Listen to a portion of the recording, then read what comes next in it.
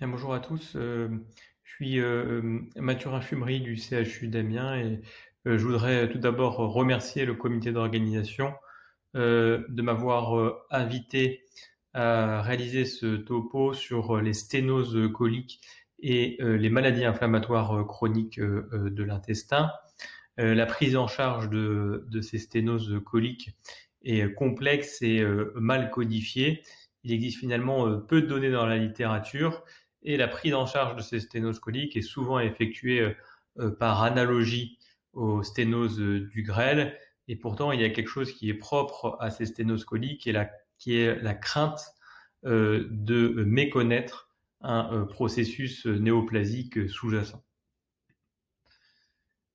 Alors, voici mes conflits d'intérêts et voici les objectifs thérapeutiques qui m'ont été confiés, qui étaient de connaître la fréquence des sténoses coliques dans les MICI et leurs modalités d'évaluation, savoir évaluer le risque néoplasique et connaître les différents traitements et leurs indications.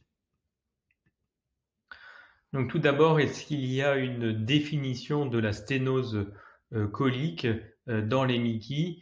Et il y a des données qui proviennent du consensus ECO dans la maladie de Crohn qui définissait une sténose par une diminution de calibre de la lumière digestive avec une dilatation d'amont, plus ou moins associée à des signes obstructifs. Et plus récemment, un avis d'expert a proposé de ne garder que la notion subjective de rétrécissement du calibre de la lumière, avec plus ou moins associé à des signes obstructifs comme définition, et celle-ci probablement s'applique un peu mieux aux sténoses coliques.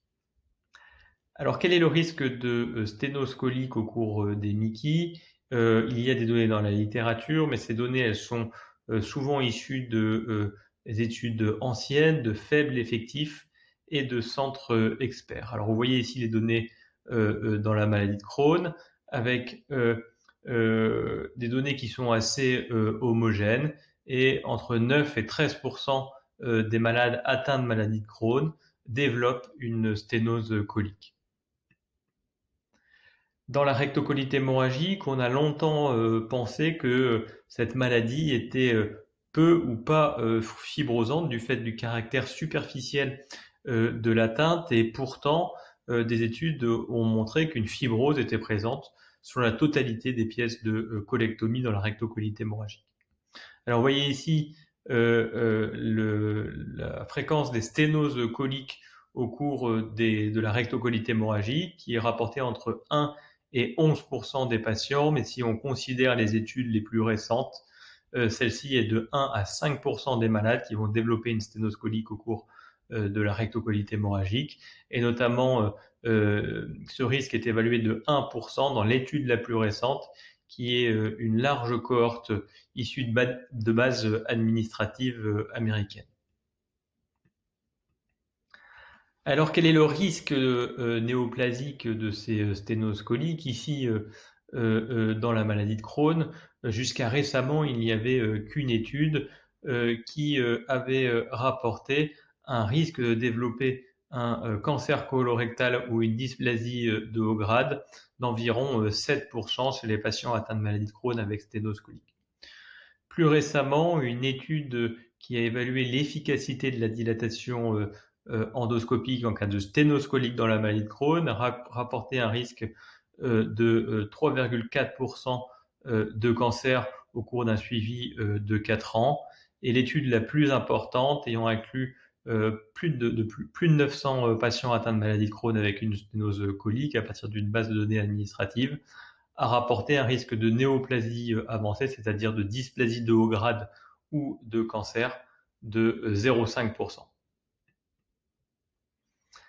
Alors, quel est le risque dans la rectocolite hémorragique? Et ce risque est plus important que dans la maladie de Crohn.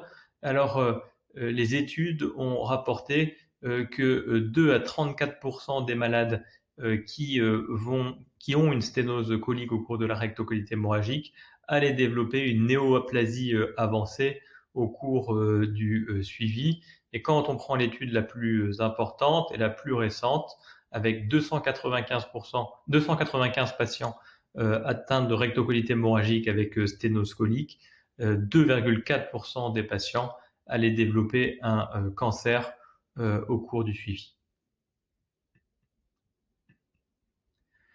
Donc finalement, la situation clinique qui nous intéresse, c'est des malades chez qui on va diagnostiquer une sténose colique, on va effectuer des biopsies lors de la coloscopie, et les biopsies ne vont pas montrer de lésions dysplasiques ou de cancer sur la sténose. Et finalement, la question, c'est quel est le risque de développer un cancer colorectal au cours du suivi. Donc il y a 7 études en population générale dans la maladie de Crohn, avec 62 patients qui avaient une sténose colique, avec des biopsies négatives au diagnostic, et 4 patients vont se voir diagnostiquer un cancer au cours du suivi, soit 6%, et ce respectivement 3 ans, 4 ans et 5 ans après le diagnostic de sténose. On a une étude similaire dans la rectocolite hémorragique avec des patients atteints de RCH pancolique qui étaient inclus dans un programme de dépistage endoscopique, et 11 patients avaient une sténose colique avec des biopsies endoscopiques qui étaient négatives, et finalement 3 de ces patients allaient développer un cancer colorectal au cours du suivi, respectivement 6 mois, 9 ans et 10 ans après le diagnostic. Il y a un point très important, c'est que avoir des biopsies endoscopiques négatives n'élimine pas avec certitude une complication néoplasique sous-jacente, et cette étude du GTED l'a bien montré, avec près de 300 patients atteints de maladie de Crohn ou de rectocolite hémorragique, qui, avec une sténose colique, qui avaient des biopsies endoscopiques négatives et qui ont été opérés, et on évaluait la présence de dysplasie ou de cancer sur la pièce. Et vous voyez dans la maladie de Crohn, malgré des biopsies endoscopiques négatives, 1% des malades avaient de la dysplasie de bas grade sur la pièce opératoire, 0,4% de la dysplasie de haut grade et 0,8% un cancer. Dans la rectocolite hémorragique, le risque était plus important, avec 2% des malades qui avaient une dysplasie de bas grade, 2% une dysplasie de haut grade et 5% un cancer. Donc finalement, près de 10% des malades qui avaient de la dysplasie ou un cancer sur la pièce opératoire malgré des biopsies endoscopiques négatives. Alors finalement, est-ce qu'il y a des facteurs qui permettraient de nous aider à identifier les patients à risque de sténose néoplasique au cours des MICI? Il y a peu de données dans la littérature, toujours des études anciennes, mais il y a probablement un facteur qui est important et qui sort dans la maladie de Crohn, qui est la durée d'évolution de la maladie et l'ancienneté de celle-ci. Un autre facteur sort dans la maladie de Crohn et l'âge des malades, et c'est probablement des facteurs qu'il faudra prendre en compte lors de la décision thérapeutique. Un autre élément qui doit probablement pousser à une prise en charge thérapeutique chirurgicale, c'est le diagnostic de dysplasie de bas grade sur les biopsies endoscopiques, qu'elles soient au niveau de la sténose ou en amont ou en aval. Et différentes études ont montré que chez ces malades qui avaient une sténose colique avec une dysplasie de bas grade, 20 à 60% allaient développer un cancer colorectal au cours du suivi. Alors, quelle conduite à tenir adopter en pratique à la lumière de tous ces éléments?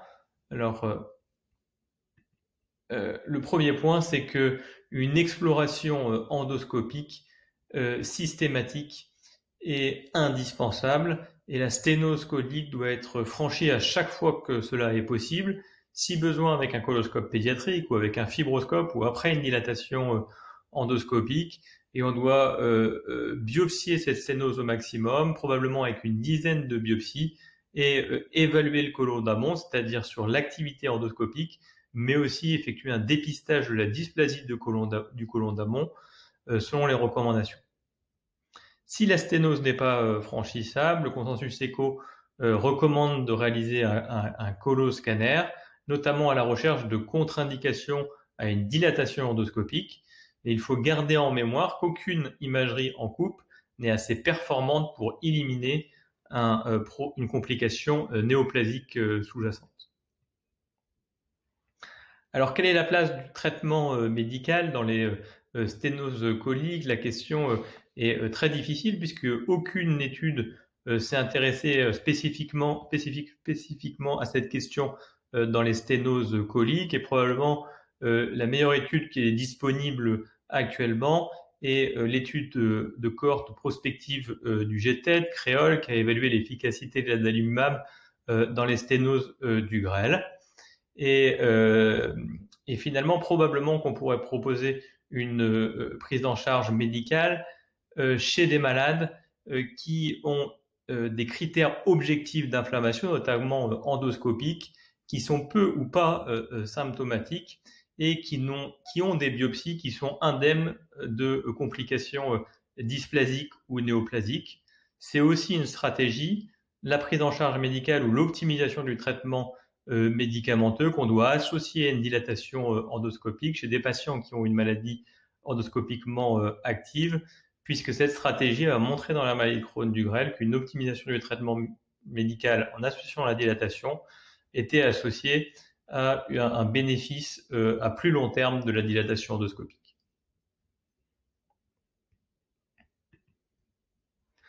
Alors, cette dilatation endoscopique, on connaît très très bien l'efficacité et les risques de la dilatation endoscopique au cours des sténoses du grêle.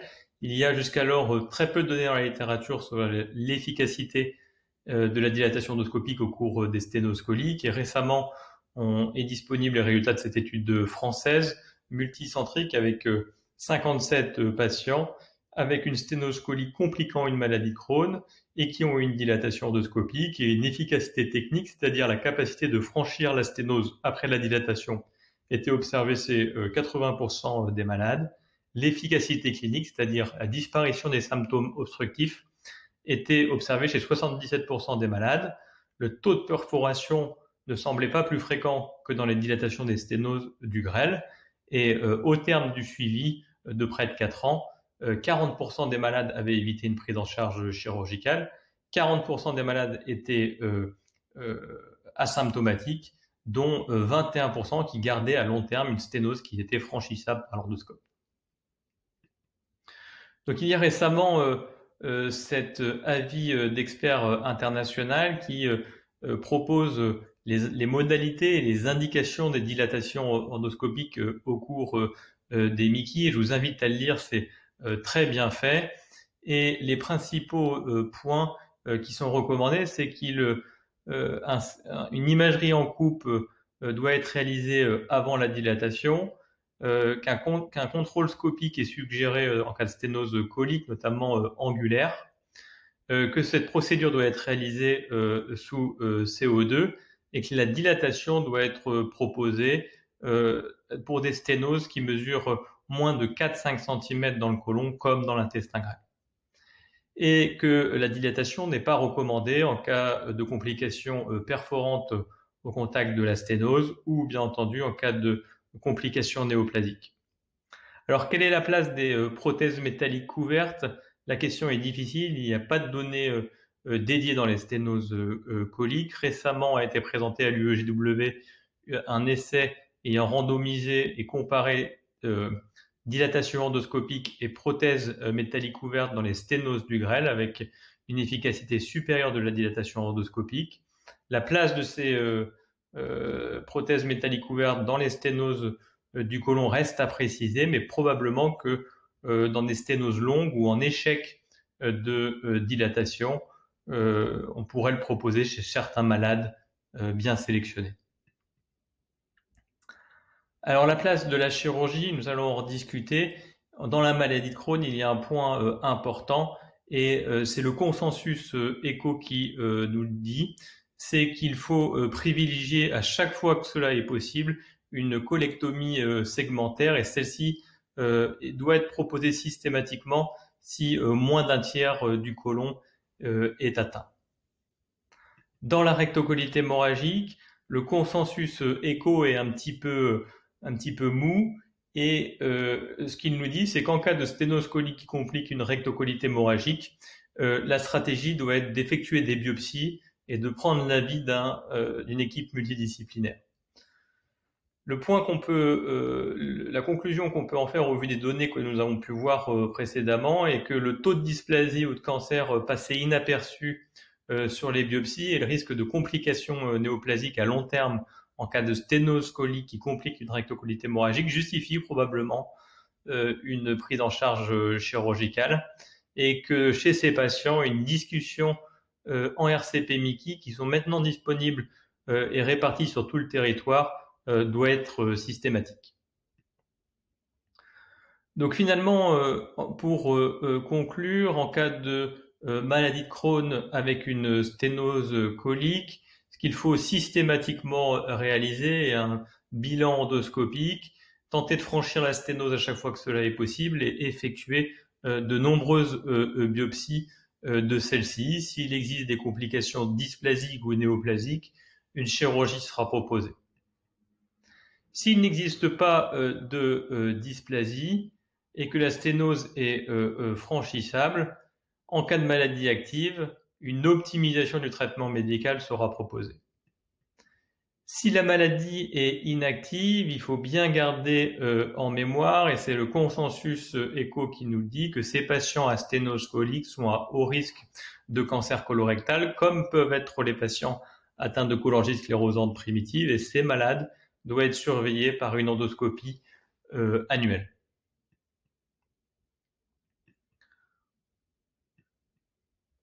Si la sténose colique n'est pas franchissable, le consensus ECHO ou le consensus commun ECHO et de la Société européenne de proctologie nous dit que la chirurgie doit être systématiquement considérée ou que le traitement de choix est soit la dilatation endoscopique, soit la prise en charge chirurgicale. Et finalement, on se retrouve dans cette situation. Si la sténose est considérée comme courte et en l'absence de contre-indication, une dilatation endoscopique doit être réalisée. Si la dilatation n'est pas possible, le consensus ECHO propose de façon systématique une prise en charge chirurgicale. Pourtant, les études récentes suggèrent que le risque de cancer aux sténoses coliques dans la maladie de Crohn reste relativement modéré et la réalisation systématique d'une colectomie n'est probablement pas justifiée et une attitude conservatrice pourrait être proposée chez certains malades bien sélectionnés et après décision d'une RCP spécialisée. Et différents critères pourraient aider à cette décision et clairement la présence d'une sténose symptomatique, d'une cholangite sclérosante primitive, d'une maladie ancienne, antécédente de dysplasie, ou d'échec d'un traitement ou de différentes lignes médicamenteuses serait en faveur d'une prise en charge chirurgicale. Par contre, il pourrait se proposer une prise en charge conservatrice chez certains malades, notamment des malades à haut risque chirurgical, des patients qui ont des maladies actives avec des maladies qui sont récentes. Quoi qu'il en soit, la chirurgie doit être discutée à chaque étape de la stratégie médicale, et quelle que soit la décision. Voilà, je vous remercie de votre attention et à bientôt à tous.